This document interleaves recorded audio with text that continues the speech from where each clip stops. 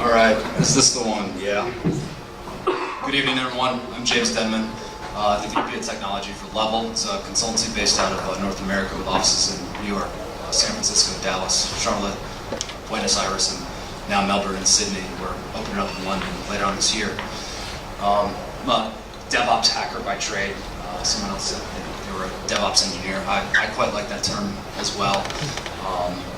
Been a partner of HashiCorp for a couple of years. Doing a lot of stuff. A little bit louder. There we go. Been a HashiCorp partner for a couple of years. Obviously, a lot of us have come from the Node.js or the Rails world or the Chef and Puppet world. We've probably used Vagrant quite a bit. And then we saw Auto come out and Terraform and things like that. Certainly, someone mentioned Vault for secrets management. I'm not going to talk about that today, but if you have not checked out Vault, it's probably one of the best solutions on the market today for enterprise secrets management.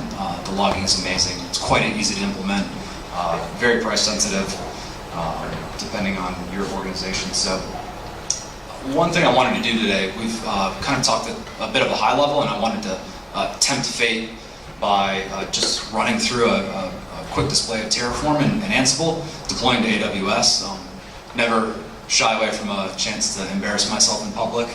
But what I'd like to kind of get an idea about, a lot of us come from IT organizations where we might be part of a kind of highly functioning small team that wants to start to implement some new things. We've used Docker locally at home, we've used Terraform, we've used Ansible, we see some of the benefits, we understand the pain, what releasing 2 times a year feels like at a big organization. We realize that there are enhancements to be made. We want to be able to express those things to SVP types or C-level types. And so part of this is really just getting your hands dirty with it and being able to run through a deployment and get an idea of how does the HashiCorp tools, which are amazing tools when we think about working in a DevOps kind of framework, these tools really allow you to work in the DevOps kind of mind frame, along with certainly configuration management tools. Just as a show of hands, has anyone done any kind of Terraform deployment whatsoever?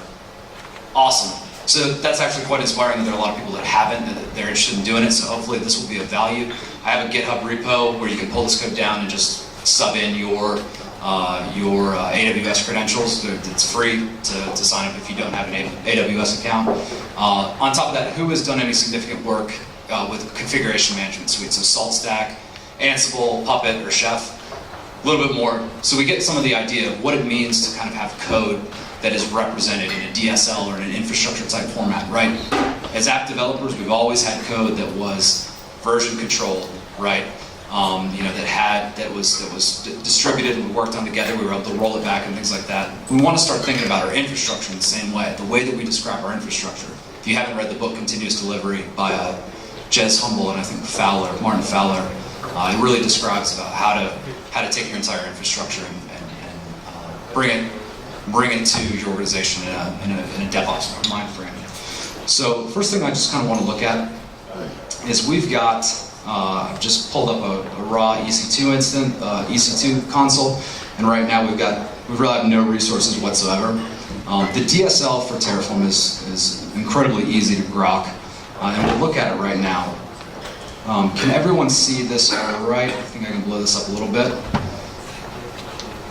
So really, we've got a DSL that describes AWS resources. You could do the exact same thing for Azure, for Docker, for Vagrant, for vSphere, a lot of VMware people in the crowd. And all this is a way for us, you can memorize my keys here. There you go. We want to build a VPC and we want to build a gateway and routes and subnets.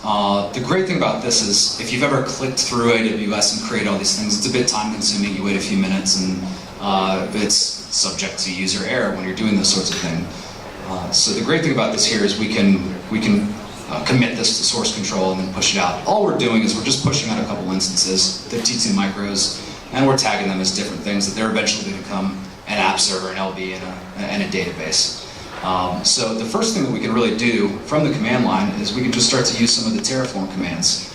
So we'll just look here. All right, we've got Terraform. If you've got Mac, you can brew install Terraform. You can brew install Ansible, and you're ready to go. The first thing we want to do is kind of a dry run. So we'll just do Terraform plan.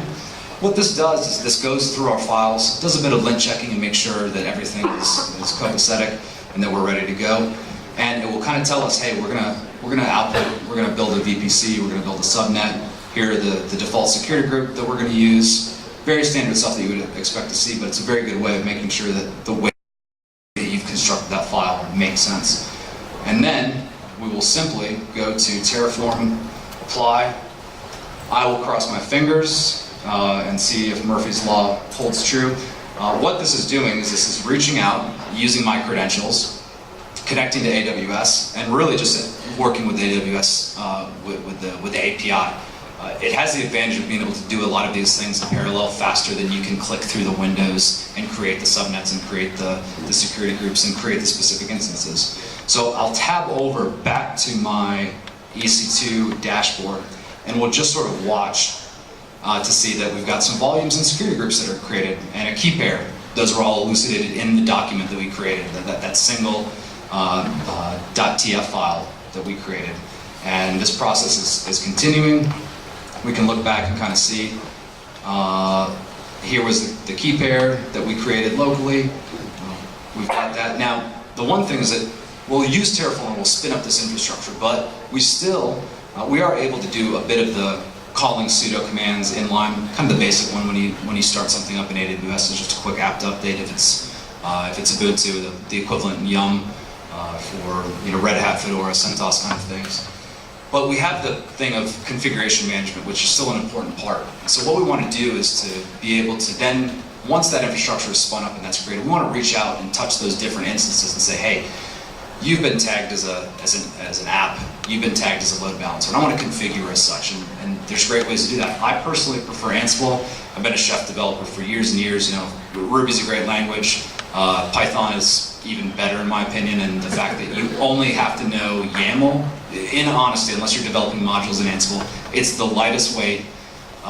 It's the lightest weight configuration management suite. It requires no agents. It's really, really great. It's very easy. And I'm a Rubyist for 10 years, and I'm saying I love Ansible. It's really cool. But what we need to do is we do need to output just a couple things. Ansible, for those who are out there, Ansible needs to know where to connect, because all it needs is, what does Ansible need? That's it. That's great. That's the cool thing about it. We don't have to install agents, none of that. So we just need to output, hey, what are those things that were just created? Great, it worked. Awesome. And we'll just tab over here real quick and just make sure. We probably should have 5 running instances. Bada bing, bada boom, we're done. And so with a very simple, there's a Terraform.py thing made by Cisco Cloud. That's a kind of, it's a way to connect with this file that Terraform builds, which is the TF state. It does manage state, at least in this file format, and it just groks through that and can output some things. What I've done is just wrote a small script to just output the host into the inventory file, which if you use Ansible, you have to have an inventory file. So if we just cat that host file, we see, hey, we've got the name, LB1, that's the IP address, go hit it. So what we're going to do is we're going to use the Ansible playbook. We're going to sudo in as Ubuntu. We're going to use .i as the inventory file, which is the host file that we've just created, and we're going to connect with that private key that we use to make those off the bat. And so the cool thing about this is now what we're doing with the Ansible playbook is very simple. We're attacking all hosts. We're installing Docker. If you've ever put UCP on AWS, AWS was UCP and Swarm, Docker Data Center, those were all developed on AWS. That's kind of where they first were birthed. If you've gone through this project, you got to add the key, you got to add the repo, you got to update. It's kind of, you uninstall the old stuff, the LXC stuff. This is a really great playbook, an Ansible playbook that does all that for you. And if we watch, all it's doing is connecting with each one of those hosts, those IP addresses that we output in that host file. We pull down from AWS. We see that it's actually doing some things. It's adding the Docker apt key, it's adding the repository. It'll take a minute, but it's running through. And what we can actually do is we can just cut and paste this quite quickly and make sure, do a quick sanity check. Let's see if we can SSH in. So here we are in AWS land, and if we run a Docker PS, we'll see that Docker is not yet installed. So, at the point that we're at in the playbook right now, is we're uninstalling the old Docker, so let's give it a second. If we tab back over to the code, we'll see that uninstalling the old Docker is this task, and installing Docker is the next task. There it goes, it's working right now. We'll exit out, wait for this task to run.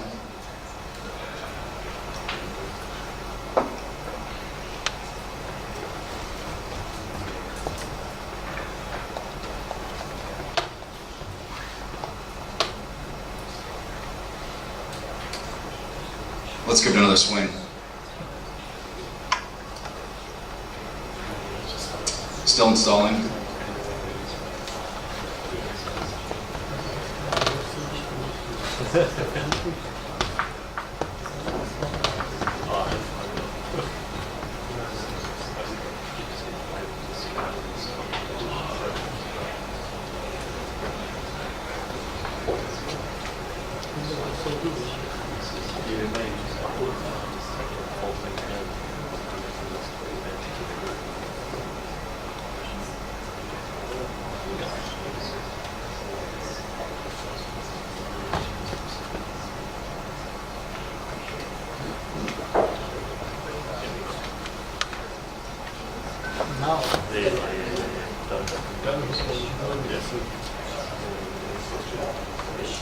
Okay, so now we see that when we run Docker PS, no image was running, but Docker is installed on this host. What that means now is that we can deploy Docker images. So what we can do is we can now create more Ansible playbooks that are specific to, we'll have a role of app that's a Node.js app or something. We'll have a role of DB1 that's a Postgres DB.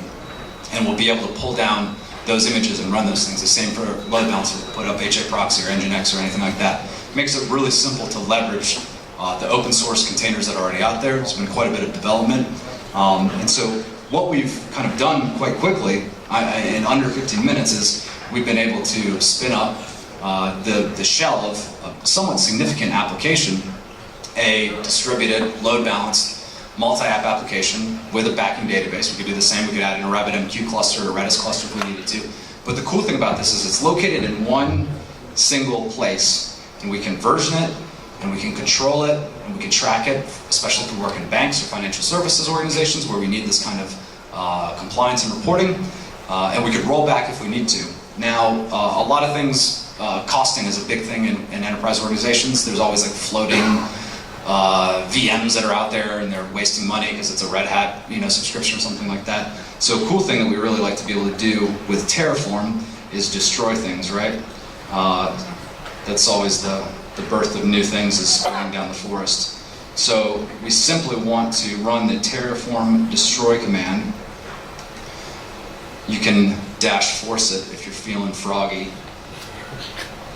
And we'll come back over here and we'll just watch our resources go back to nothing. The cool thing about this is that if you're really operating in a DevOps pipeline where you have like a build server like Travis or Jenkins, that Jenkins user, system user, can actually be the person that deploys Terraform, right? We sort of don't ever want developers to have access to production systems. We want them to be able to write this code, test it locally, probably using Vagrant as a mock-out for their cloud, but then in the QA environment, Jenkins will actually be responsible for pushing this once it's passed some number of checks and gates and things like that. So you can really have that. Someone spoke about separation of concerns. You can truly have that separation of concerns. So we start to see things are spinning down. Obviously, at different dependency levels, you want to spin down the instances before precedent objects and things like that. This will run in just another minute. I'm assuming that this is going to finish fine. So in respect of everyone's time, which we're wrapping up shortly here, does anyone have any questions that I could potentially answer for them? Not all at once. Yes? My question may have been partially answered already, but can you talk a bit about state file management for multiple users? The question is about stateful management? State file management. So I've got multiple users who make a provisioning into the same cloud service provider. Sure. Obviously, they're not going to have the state file on my machine. I've just heard maybe use something like the driver for S3 to hold your state file there, but is there any other direction on how I could approach that problem? In general, we do see like remotely storing that state file as being kind of the ideal way to do that. S3 is a great implementation of that. What we think about is multiple developers working on, what we look at as that main TF file. There would have to be at some point an agreement, whether that's a code review or a higher level manager that says, okay, out of the Git branches that were created, this is going to be the one that's accepted as canonical, and this is the one that's going forward. So that would go into the next environment and create a single state file. If you had 10 developers, you wouldn't have 10 separate state files. You would on their local machines as they're developing and trying to figure things out and suss it out. But in that next environment, there would be that system user like Jenkins that would be controlling that single state file, pushing that, and then fetching it later on. So we think that state file really more as an artifact. We've seen people put it in an Artifactory, JFrog's artifact management system, and things like that. So it's really the main file, which is fundamentally an application source code, just like other application files, and then the resultant object from that, we could think of it almost as a build artifact, that TF state file. Anyone else? The provision that you're using is the AWS one. You mentioned there's like VMware and others as well. Is there a way that you may want to run multiple environments at the same time that you would be able to do that? Yeah, totally. So that's kind of an interesting thing. With that single file, right, and you might name that something like the AWS main file or something like that. Because there's a specific DSL for each different provider, there's one for vSphere and there's one for Azure, you would have separate kind of environments. Now, reaching out to separate places with different keys and things like that. And certainly you could have those co-located. We see that a lot where maybe there's a Windows team over here and there's a Linux team over here, and one pushes to Azure and one pushes to Amazon, and they closely resemble each other. But as someone said earlier, each cloud provider has some different implementations and they have just a bit different ways. So naturally the DSL will differ a bit. The good thing about Terraform is it's a very strong level of abstraction away from those clouds. So functionally, what's happening is that we're kind of not caring so much about the underlying cloud providers. We're kind of thinking about it at the Terraform layer, even if we have to learn a bit about how to use the DigitalOcean driver is a bit different. The outcome is kind of the same, and the way that we interact with it is the same. The way that we store that code that talks to that is the same, and then we get to kind of benefit from logical API versioning and things like that. So yeah. All right, it's wrapping up and it's beer time. So again, my name is James Denman. If you would like to look this up, it's at /Shaka Zulu, which is a weird pronunciation for an African warlord. I spent 3 years working in South Africa and decided that was the moniker that best represented my hacking style.